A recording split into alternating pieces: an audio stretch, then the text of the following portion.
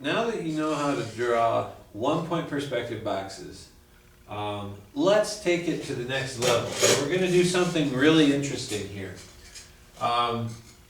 We're going to draw a bird's eye view of the city. Now, a bird's eye view is a term that refers to looking straight down. Now, if you think about it, if we were looking straight down, would we see a horizon line? Looking straight down. Well, go ahead and try it. Look straight down. Do you see the horizon? No. There's two views where you never see a horizon. It's looking straight down and looking straight up. So if you're looking straight down like a bird's eye view, there isn't a horizon line, but it's still 1-point perspective. So go ahead and put a point right in the middle of your page, just a little point, and this is going to be our vanishing point. And if you remember, the vanishing point is the point where all of the parallel lines that go into the drawing or go back into the drawing seem to meet. So that's our vanishing point. So go ahead. Now notice we don't have a horizon line. We don't need a horizon line. We're looking straight down. All right. We're going to draw a bunch of buildings here. And it seems like a really hard thing to do. It really isn't that hard at all. So let's start by just drawing a normal rectangular building, maybe like an office building. So we're going to take and we're going to make a horizontal line.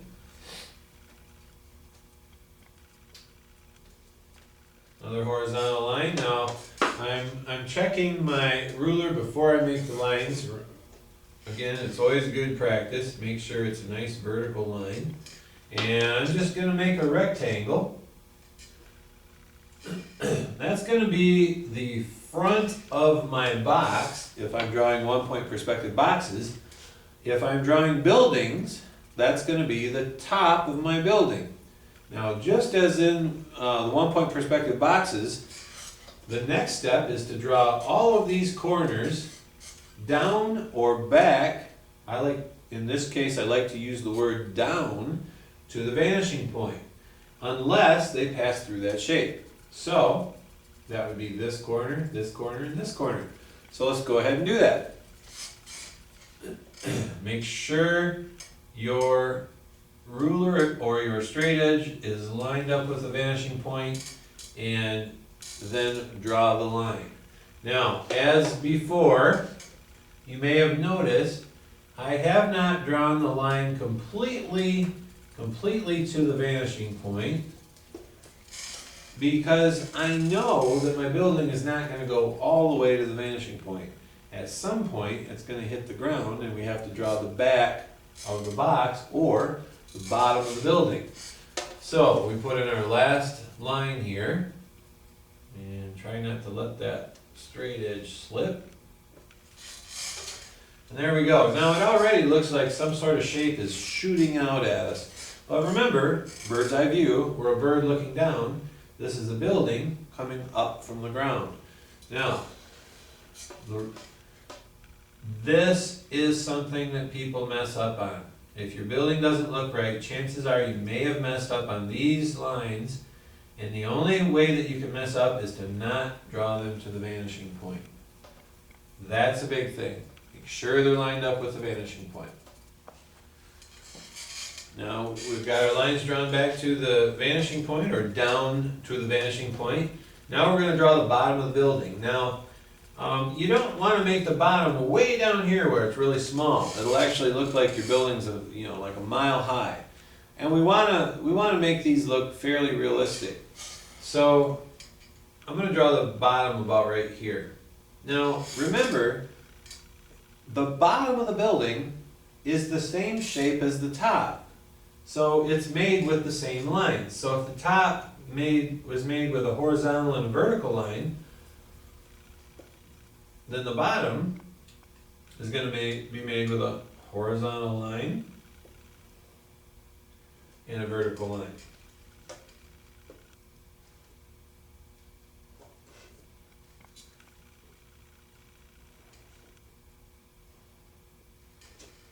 And there we go. And then and we can erase these extra lines, and that should remind you of doing 1-point perspective boxes, because that's exactly what that is. It's a 1-point perspective box. Let's go ahead and put some designs in on the walls of this basic building. To do that, I like to go look at this line right here and say, okay, about halfway, make a little mark, and then take each half and divide it by half and make a little mark.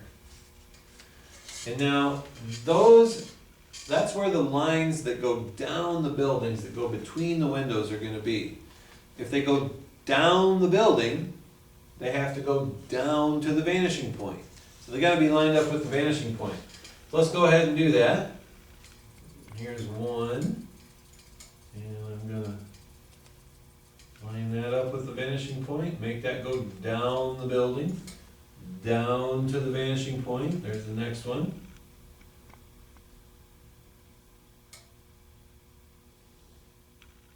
There's the third. Okay. And those are lines that go down the building. We can do the same thing over here. Let's divide this into 3 shapes. Or if you want to do 4 or 2, that's up to you. But remember, any line that goes down the building has got to go down to the vanishing point. So we'll go ahead and make those lines.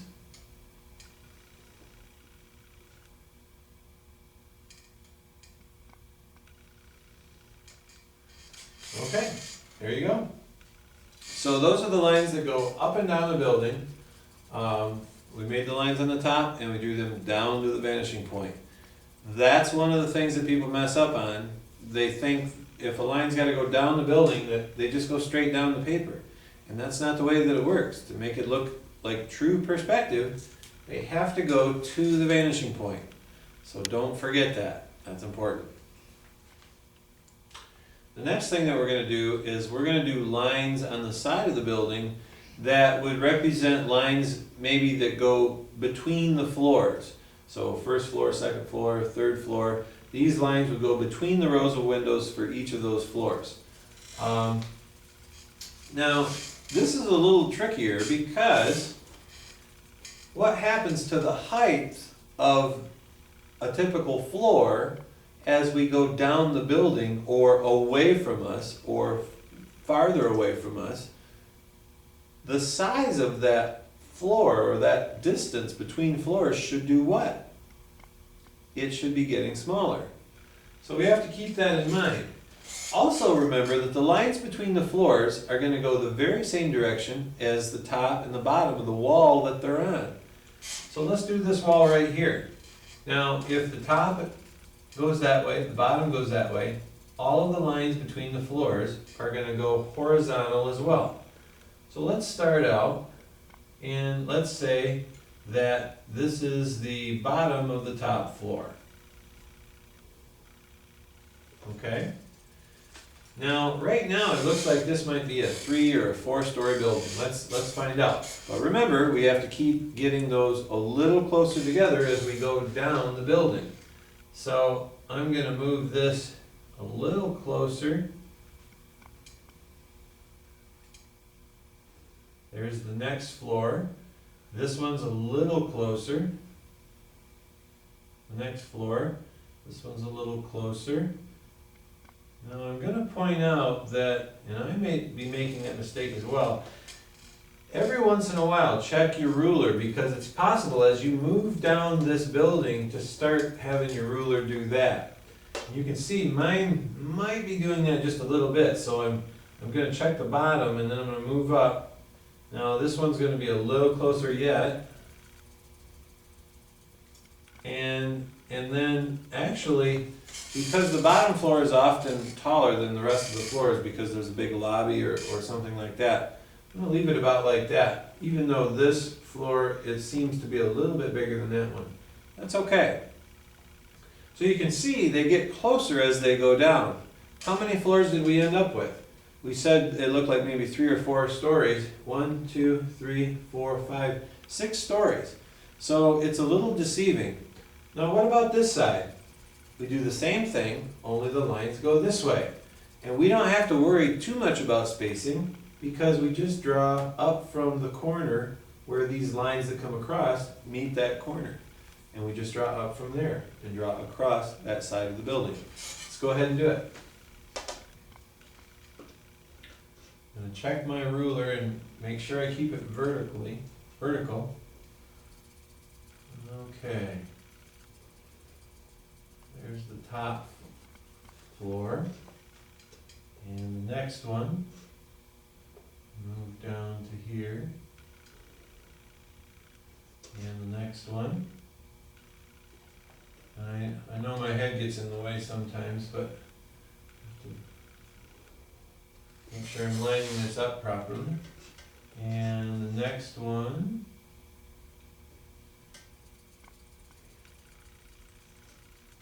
And finally the last one, right about there. And there you go. There's the sides of the building. Now, there's a lot of different patterns you can have on the side of the building. If you think about big cities that you've seen, that represents kind of one of the buildings that are all glass. There are concrete buildings. You can put just about any pattern on there that you want. Just keep in mind that the lines that go down the building need to go down to the vanishing point. Okay, let's go ahead and work on the top. Now, the top of the building can be pretty simple, or you can put a lot of stuff on the top of the building. We're just going to do a basic building. Almost every building that you see, especially if you're a bird, has what I like to call an idiot ledge. Now, that's not really what they're called, but it's the ledge that is on the top of the buildings that I like to say, that ledge is there so if there's an idiot up on top of the building, he can't or she can't accidentally fall off the building. They have to actually work at it. Now what the ledge is really for is to keep things from rolling off the top of the building, to keep water from draining off the top of the building. But I like to use my imagination. We'll just call it an idiot ledge. What is that? Well, it's pretty easy to draw. All we do is basically draw a frame, or we just draw in a little ways from the outside edge of the roof of the building.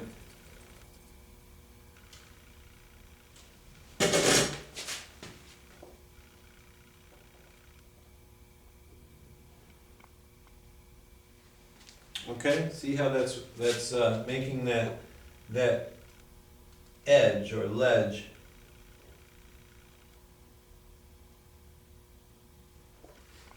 Okay, so that represents that ledge. Now we might have a helicopter landing pad. We might have ventilation fans. You can use your imagination. I've seen tennis courts on the top of buildings, swimming pools, gardens. There's a lot of things we can put on the top of the buildings. And really in this drawing, the more details we make, probably the better and more interesting the drawing. So I'm going to go ahead and put some ventilation fans. So, and you'll notice I'm not using my straight edge. I'm going to try to be neat. This is what we might see up here. We might see, and then something like this with some big fans, and I'll just draw the blades on it. And you can see almost anything up on the top of a building. There might be big antennas or anything like that.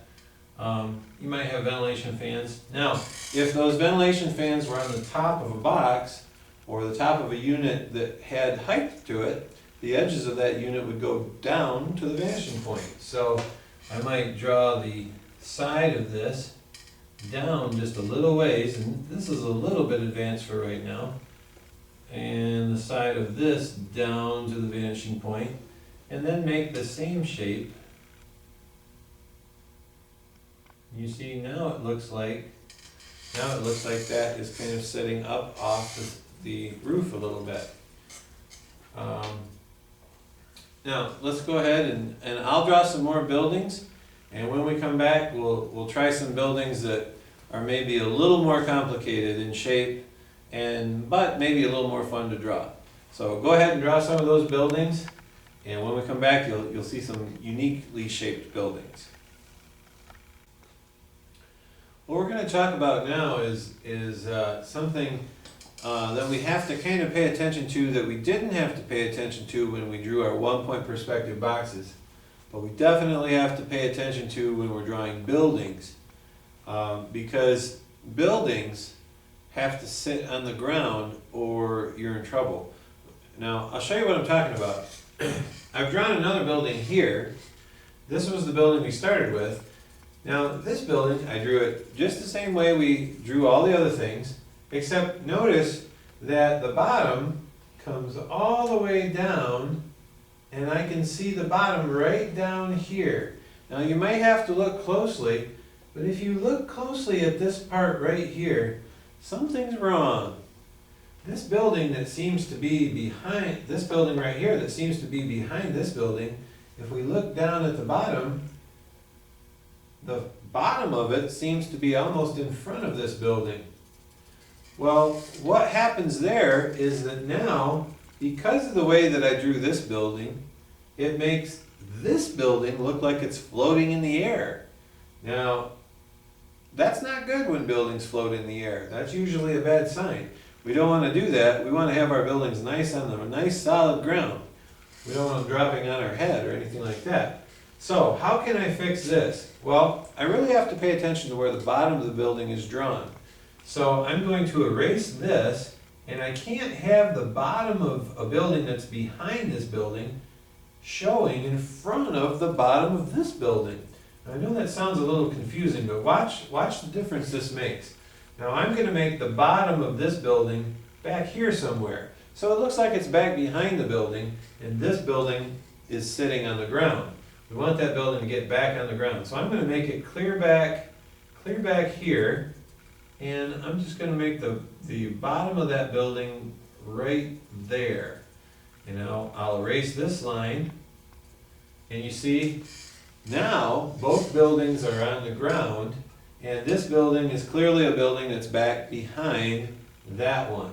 Now, we have to pay attention to what's happening on the ground. Later on, we're going to put roads and sidewalks and probably bushes and trees. We're going to put all that stuff on the ground, maybe even people walking around. So we really have to pay attention to where we're putting the bottoms of our buildings. Here's another thing to pay attention to when we're drawing the bottom of the buildings. Let's say that I've got this building, and I want them to be on the same street. How do I do that? Well, if you think about the bottoms of the buildings, it doesn't really matter where the tops of the buildings are, but the bottoms of the building, if they're on the same street, are going to be lined up, aren't they? So what I'm going to do is I'm going to line up my straight edge with the bottom of this building, of the front of this building, the bottom right there, and I'm going to make the front of this building come down to the same level. So I'm going to put a line right across here, right across there, and that will be the bottom of the front of that building. Now, I got to draw the other side of the bottom. I'm going to go ahead and put a line right there, and now I'll erase these unneeded lines now that I've decided where the bottom is. And there you go. Now it doesn't take much imagination to figure out that there could be a street that goes right along here because those buildings are lined up. Now I could probably, and I probably will, draw another building right here and have the bottom of it come down and line up with these buildings. Pretty soon I've got a whole street, a whole line of buildings lining the street. And we are going to add streets to it, so we do want to pay attention to that. Now, we've got some special situation buildings here that we're about to draw that are not quite as simple as just our regular rectangular buildings off towards the corners of our picture. The first one is just simply a rectangular building, and it's very simple. It's actually more simple than the ones we've done so far, but it may confuse some people. So we're going to do one of those. And that is a building that is lined up either directly above or below or to the side of the vanishing point. what that means is that because we're looking straight at the building, we won't be able to see either side. So it's actually simpler to draw, but it may look a little funny until you're kind of used to the idea. So we have the rectangle here. Now we take the next rule, which is draw a line from every corner unless it goes through that shape. Well, in this case, only these two corners are where we're going to draw the lines. So we still draw them down to the vanishing point. So we'll go ahead and line up this corner here. And down to the vanishing point we go. And then we'll line up this corner.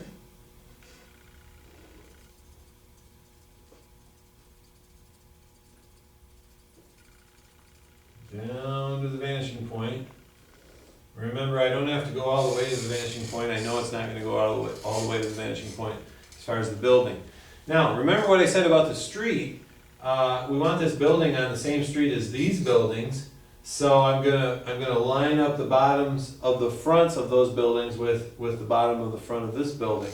And it's really simple to do. We just line it up like that, and right there, and then we just erase the unneeded lines.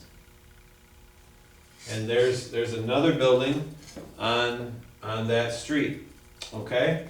Now let's look at some of these other shapes that are maybe a little bit odd. We have an L-shaped building here, but the L part of it, the inside of the L, is facing away from the vanishing point. So that's very easy to draw. It's almost as if we're drawing a rectangular building. Plus, this one is straight across from the vanishing point. So the only two corners that we draw to the vanishing point is this one on the bottom here, and this one on the top, and that's it. All of these other corners would go through this shape. So that's all there is to drawing that. Now we have to decide where we want the bottom.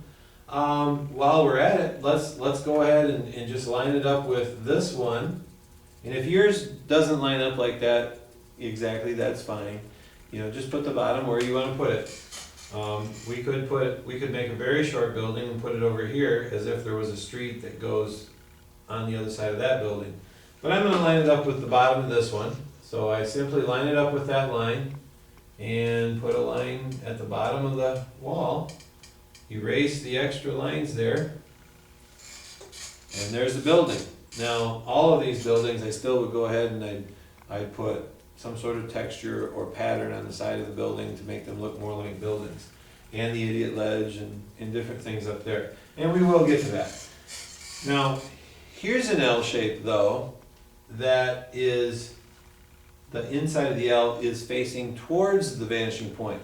Now that's much more difficult, although it still is pretty simple. You just have to follow the rules. And the rule says draw every corner to the vanishing point unless it goes through that shape. Now, is this a corner? Yes. Yes. Yes. Is this a corner? Yes, it is. Is this a corner? Yes, it is. Is this a corner? Yes, it is. Even though it's an inside corner, we still have to draw that to the vanishing point unless it passes through that shape. Well, let's find out. We know this one would pass through the shape, but every other corner is going to be drawn to the vanishing point. So here's this one. Here's this one. Here's this inside one. Can't forget about that one. And then even these two up here. And this last one up here, right there. Okay, now, most people can get that. It's the next thing that's a little bit tricky, but really it isn't. We just have to remember the rule that whatever the top does, the bottom does as well. Now, it sounds kind of silly, but I like to just use a little of my voice to kind of help remind my brain what's happening. So if I say, okay, it goes, eh, eh, eh, eh. Then I come down here to the bottom and say the bottom must go, eh, eh, eh, eh. It's the same thing, okay? The top does the same thing as the bottom. So let's decide where to put the bottom of this. Now, this is the farthest wall this way. So let's line the bottom of this wall up with the inside of that wall. All right, so I line that wall up, and here's the bottom of this section of building. Now, the top goes up, so is the bottom. The top now goes horizontal, so the bottom goes horizontal. Between those next two lines. There's the horizontal, and now the top goes vertical, so the bottom goes vertical.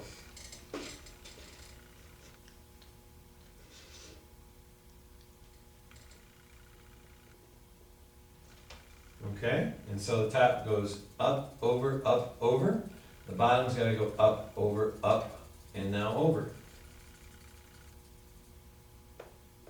We line that up with the corner we just made. And there you go. There's the bottom of the L-shaped building. Now I erase the extra lines.